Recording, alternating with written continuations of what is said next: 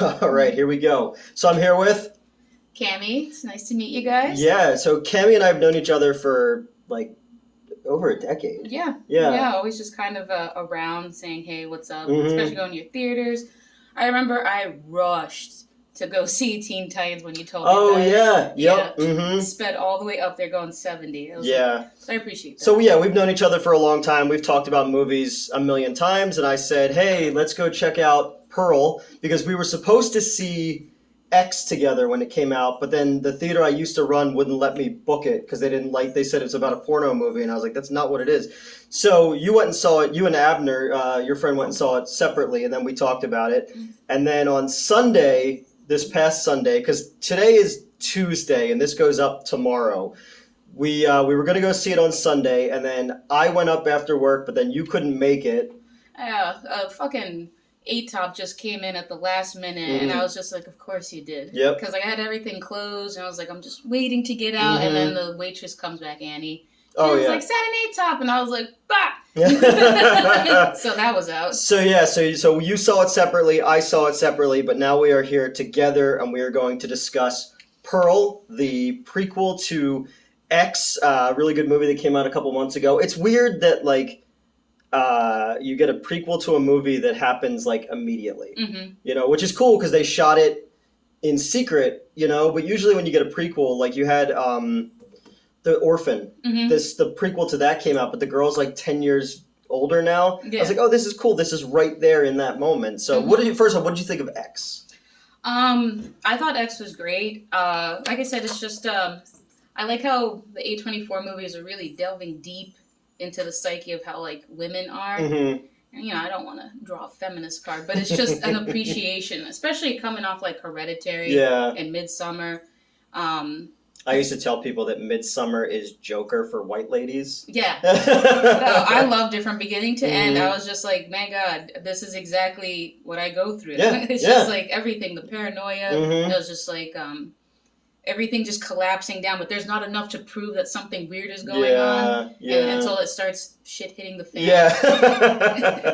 No, I thought that was great because I'm a guy who says that elevated horror is for people who are ashamed to say they like horror, and I think like whether it's Hereditary or Sorority Babes in a Slimeball Bowl-orama, horror is horror to me. It's like it's all rock and roll to me, kind of thing. But no, I think it's cool, and I'm also a big fan. I've always liked Ti West, but I like that he's dealing with like a 70s porn scene. I thought that was kind of a cool angle. And then when you see it in Pearl, you're like, oh, you're seeing the same thing at two different points of its existence, just like you're seeing these characters at two different points of their existence. Did you know that Mia Goth played the old lady Pearl too? No, I didn't. No, I didn't either. No, I didn't. Which I thought was like, oh, wow, that's fucking crazy. Like they did a really good job on that one. So X was about a group of carefree youngins who go to a farm in Texas to shoot a porno movie, and there just so happens to be a sexually repressed crazy woman there and a crocodile, and that's that movie. Yeah, there was something. What was that one movie? God, it's gonna kill me. Or the old ladies feeding the alligators. Lake Placid? Yes. Yeah. Yes, that's... Because when I was watching Pearl, I thought of like 5 different movies at the same time. I was like Lake Placid. I was thinking of Lolita as well. A little bit of Lolita, I said when I went into it, I said it's The Wizard of Oz by way of Mommy Dearest. Oh, that German mom, I connected with her the whole time. I was just like, I love her. She was like the bizarre... Because, she was the bizarro version of Annie M, basically. Yeah. Like, she was... The best thing about Pearl is we can accept that she's crazy, but we also understand why. So there's a little bit of Norman Bates in there as well, But yeah, the mother and then the father. The only thing about this movie, and I kind of go all over the place, is the parallels to the Spanish flu was a little bit too on the nose for me because this was written and made during COVID. So the references to, fly in here. The references were a little too on the nose when it came to that kind of stuff. But Pearl's dad caught Spanish flu, and now he's basically a vegetable. but that dude is like the best actor in the movie because he's able to convey so much with just his fucking eyes, you know? I know, yeah. It was crazy. So, all right, so explain Pearl to me. I feel like I'm talking over you. I don't want to talk over you. No, not at all. You're the expert at this. Mansplaining it. No, like I said, it was a slow churn. It was definitely like an uphill. Like I said, there's a lot of parallels. Even Junji Ito's Tomi, like, you know, one of the displays for is like she's doing this, and it looks just like her. So that's what I mean. I was like, also Tomi is just like this crazy woman that just wants attention all the time. And that I've met a few of those. That whole monologue, I just felt I had mixed feelings because it's like I wanted to feel bad. Yeah. But it was so pitiful, and it just made me think of like the crisis that's going on with like social media. Where it's just like, why am I not loved? Why are not people looking at me? And she was so delusional. I was like, you think a church dance like in 7 cities is going to change your life? Even if she succeeded, she was still doomed. But that's the whole thing. And knowing where she ends up, where we meet her in X too, it's even sadder. But no, that monologue caught me because I didn't read any of the reviews going into this. Just like with X, I saw some people's reviews of it because I saw it a little bit later than everybody else. And that monologue is on par with the fucking Jaws USS Indianapolis monologue because there's literally just, I'd say 7 minutes unbroken shot on her face as she's talking. Her husband in X, the guy who can't perform because of his heart, he's away at the war, World War I, and she keeps seeing him, but it's like part of her psyche. And her sister, they come from a wealthy family, and you know, he kind of abandoned all that shit to have this simpler life, and she can't understand why you wouldn't want that, you know? Yeah. So I thought that was kind of cool. But then the sister's like, well, talk to me like I'm my brother. And then she just says everything. Oh, God. I hate being in that position where someone's like, just tell me what you really think. And it's just like, that's why I felt that. Because I was like, you don't want this now. You don't want this. Just let it stay with me. And then just, it kind of made me think of also like JCVD when he's having like that monologue. Like, and his was like,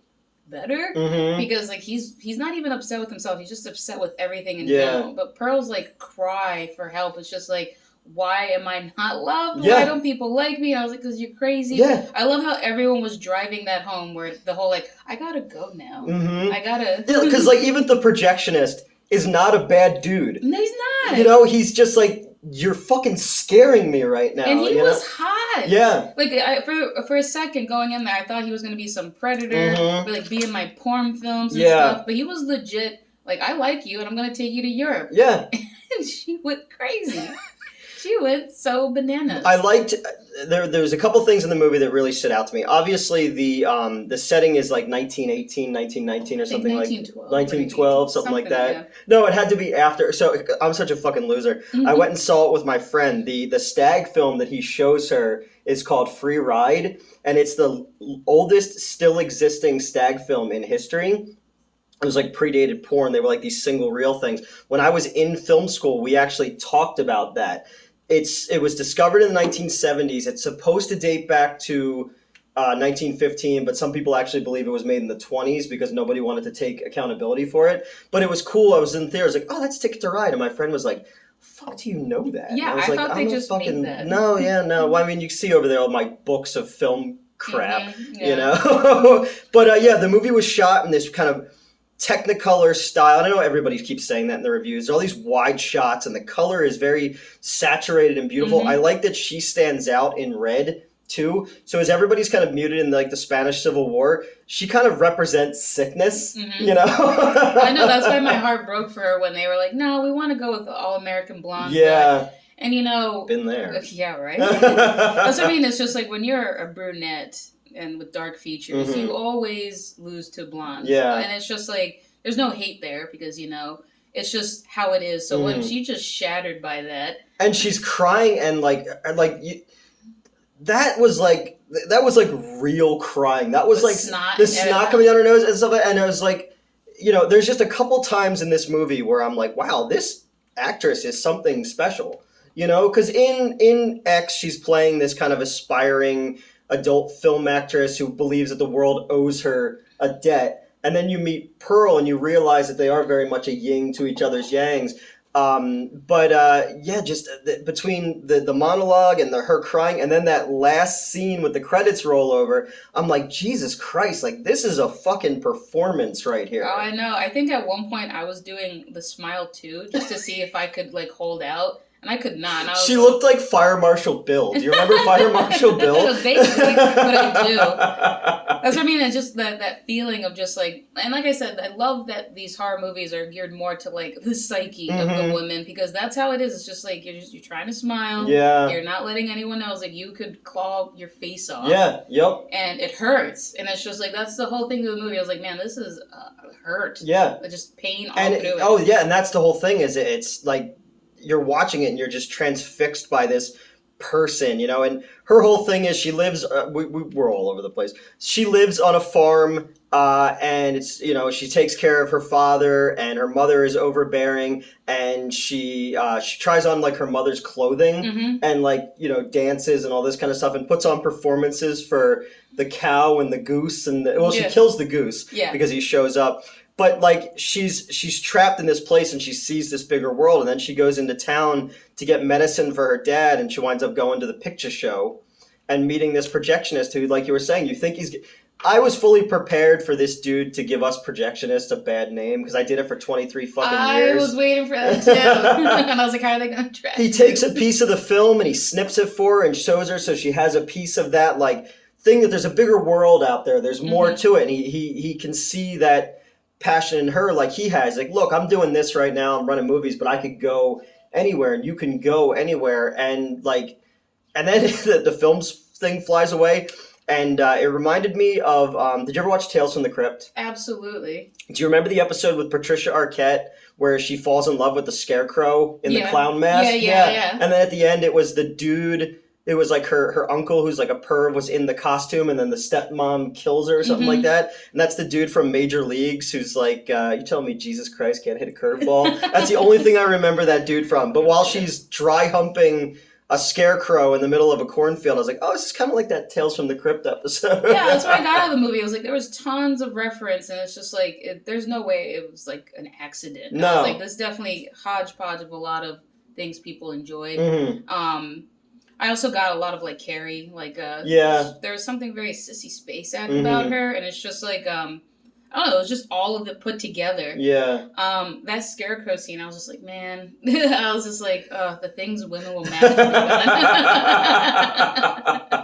Oh. But yeah, I got that too. It's just like, it's just because also going back to the mom thing, that's a really big thing for a girl when you like go through your mom's clothes. Yeah. Like my mom was a 70s discoteca Puerto Rican gold mini skirt. She had a lot of stuff from the 80s and 70s, and you know, you pass it on. I was like, in the mom's clothes in the movie, she's so muted. Yeah. And when you see her bright clothes, especially when she's talking about the husband, I was just like, I want to be a wife, not a mother. Yeah. So you see the descent of what happens. Yeah, because there was a time when she was that bright, shining thing in the frame, and over time she's become more black and white. Again, like the reverse of the fucking Wizard of Oz. We're going from color to black and white, you know? And then at the end, when you get to the dance performance and it gets fucking crazy with the fireworks and all that kind of shit. Apparently this dude, Mitch Martinez, that I used to work with, is the guy who shot those fireworks. He put that on Facebook today. He's like, oh, I'm the one who shot those fireworks. I was like, that's fucking cool. I didn't know that, you know? The world keeps getting smaller. Yeah, exactly.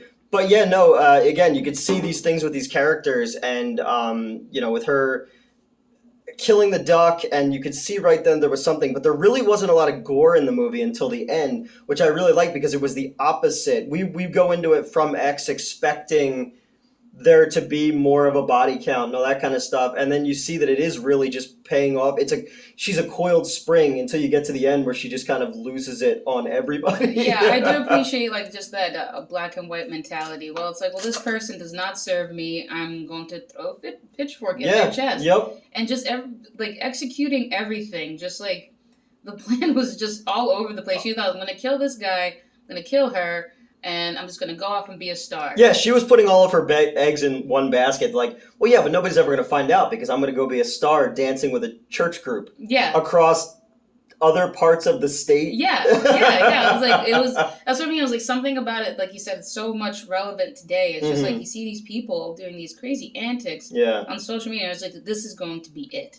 And it's just like, no. You'll get like I don't know, 100 likes. Yeah. They got rid of the dislike button, so like that made things better. Because if Pearl had a dislike button, she probably would have killed the whole account. But no, it was a fantastic movie. Mm-hmm. Slow march. Yeah. But really enjoyable. I liked it a lot, and I was just like, I can't wait for more A24. Yeah, because they're doing Maxine next. Oh yeah. The survivor of the first movie. Mm-hmm. It's her in the 1980s in LA in the porn scene. There was the trailer at the end credits, and it's Maxine with 3 X's, and I was like, oh, it's actually a cool idea. Because again, like I was saying, where we meet them in the 70s.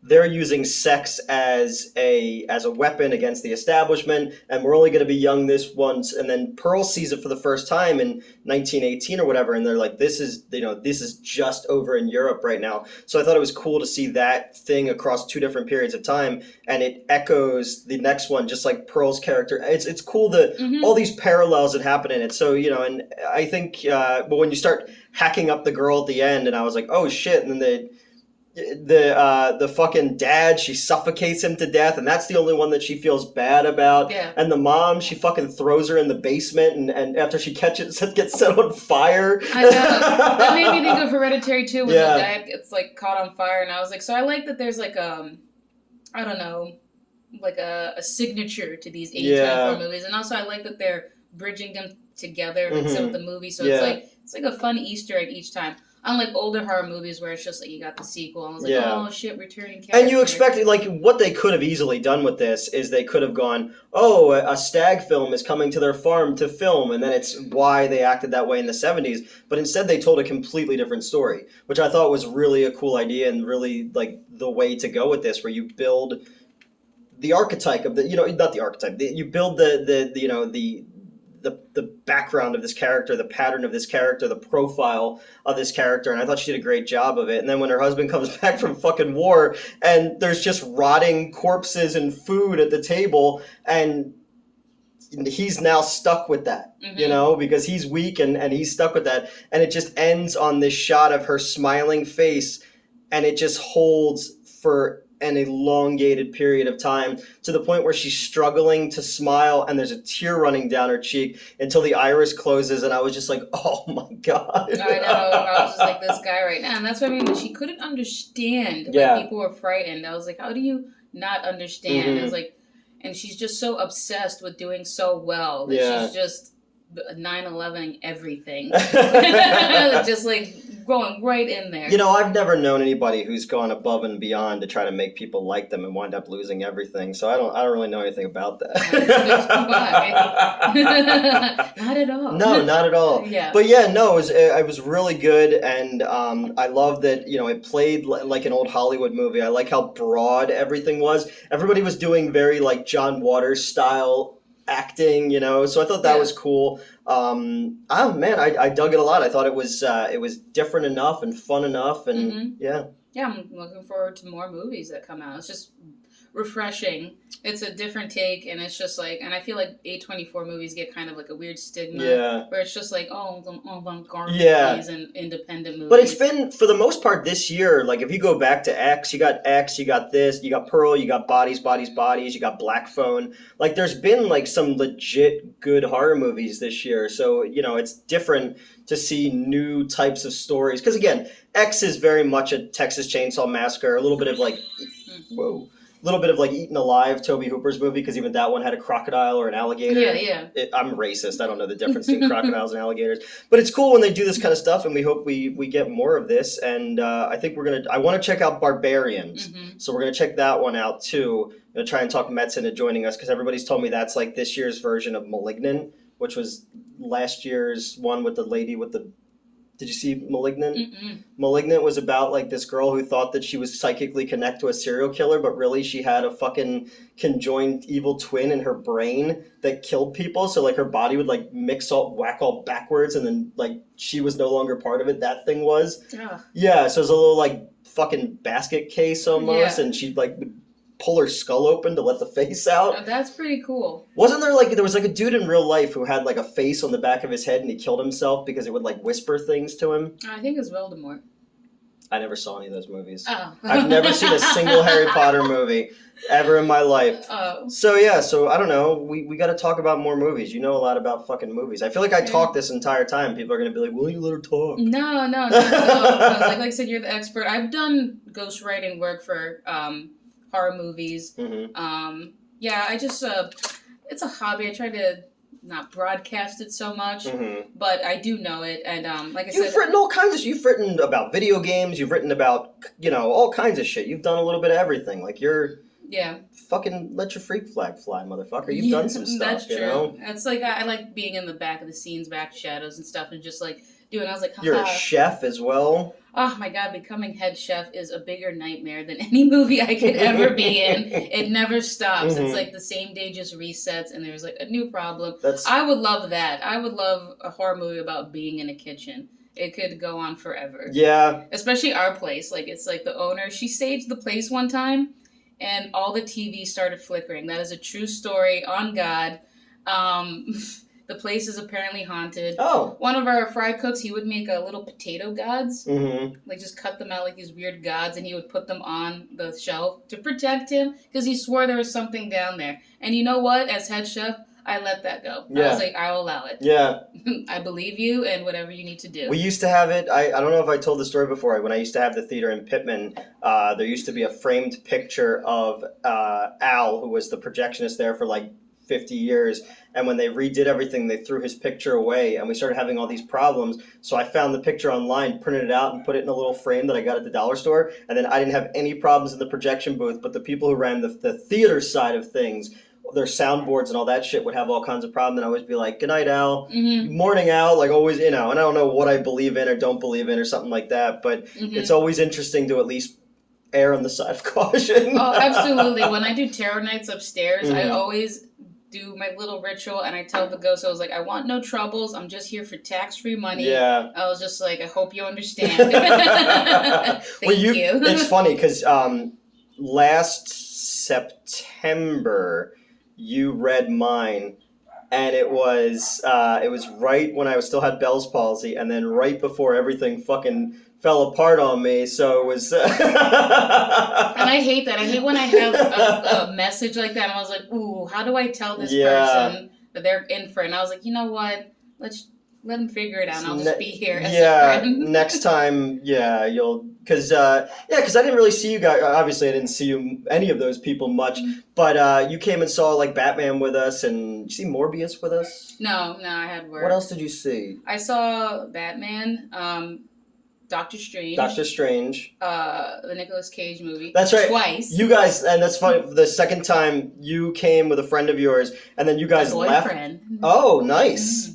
But anyway. But yeah, so you guys came to see the movie, and I was upstairs fixing something, and you guys pieced out, and the cleaner was like, "Yo, your friends left," and I was like, "What?" Like, yeah, we saw that guy is so creepy. Yeah, he's very creepy. No, we were like, oh, I wonder where he went to. It's probably just we won't hold him up because it was like 1 a.m.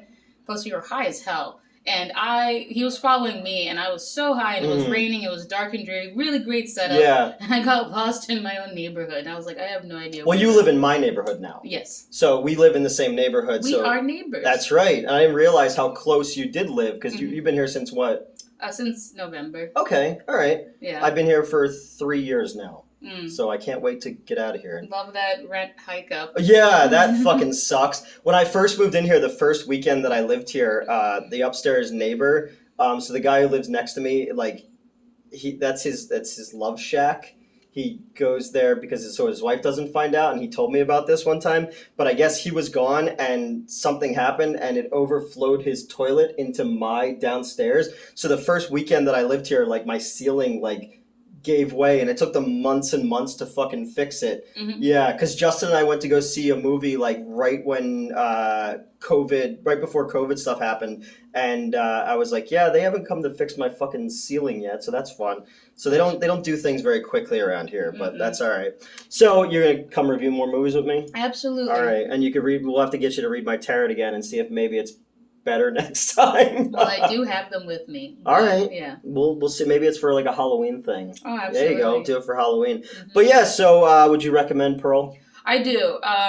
if you can get past, like I said, the slow march, it is really good. Mhm. It's one of those things you just have to bunker down Yeah. and just take this in. And by the end of it, you're like, holy shit. It's a character study. Plus, yes, it is. I like any movies where a projectionist gets lucky in the projection booth, something I know nothing about. Mhm. I was the movie Night of the Comet, when I was a little kid, the projectionist at the theater gets this girl to stay and says he'll give her half the money from like the film print that's getting picked up, but she thinks she's getting paid to have sex with him in the projection booth. So I saw that as a kid and I was like, that'd be kind of cool. And then it's happened. I've fouled every building I've ever been in. You know what I really want for you? What happened to the projectionist in Last Action Hero? There you go. Yeah, get that magic ticket. I wish. Go into the movie, get with Marilyn Monroe, and stay with her forever. Mm-hmm. Yeah, I would go 70s Pam Grier. Oh, okay. Yeah, she would probably break me in half, but isn't that what you want though? Well, you know, I've been with very tall, powerful women in my life, so Mhm. so yeah, that's Pearl, and hopefully Kammy will come back and do some more with us, and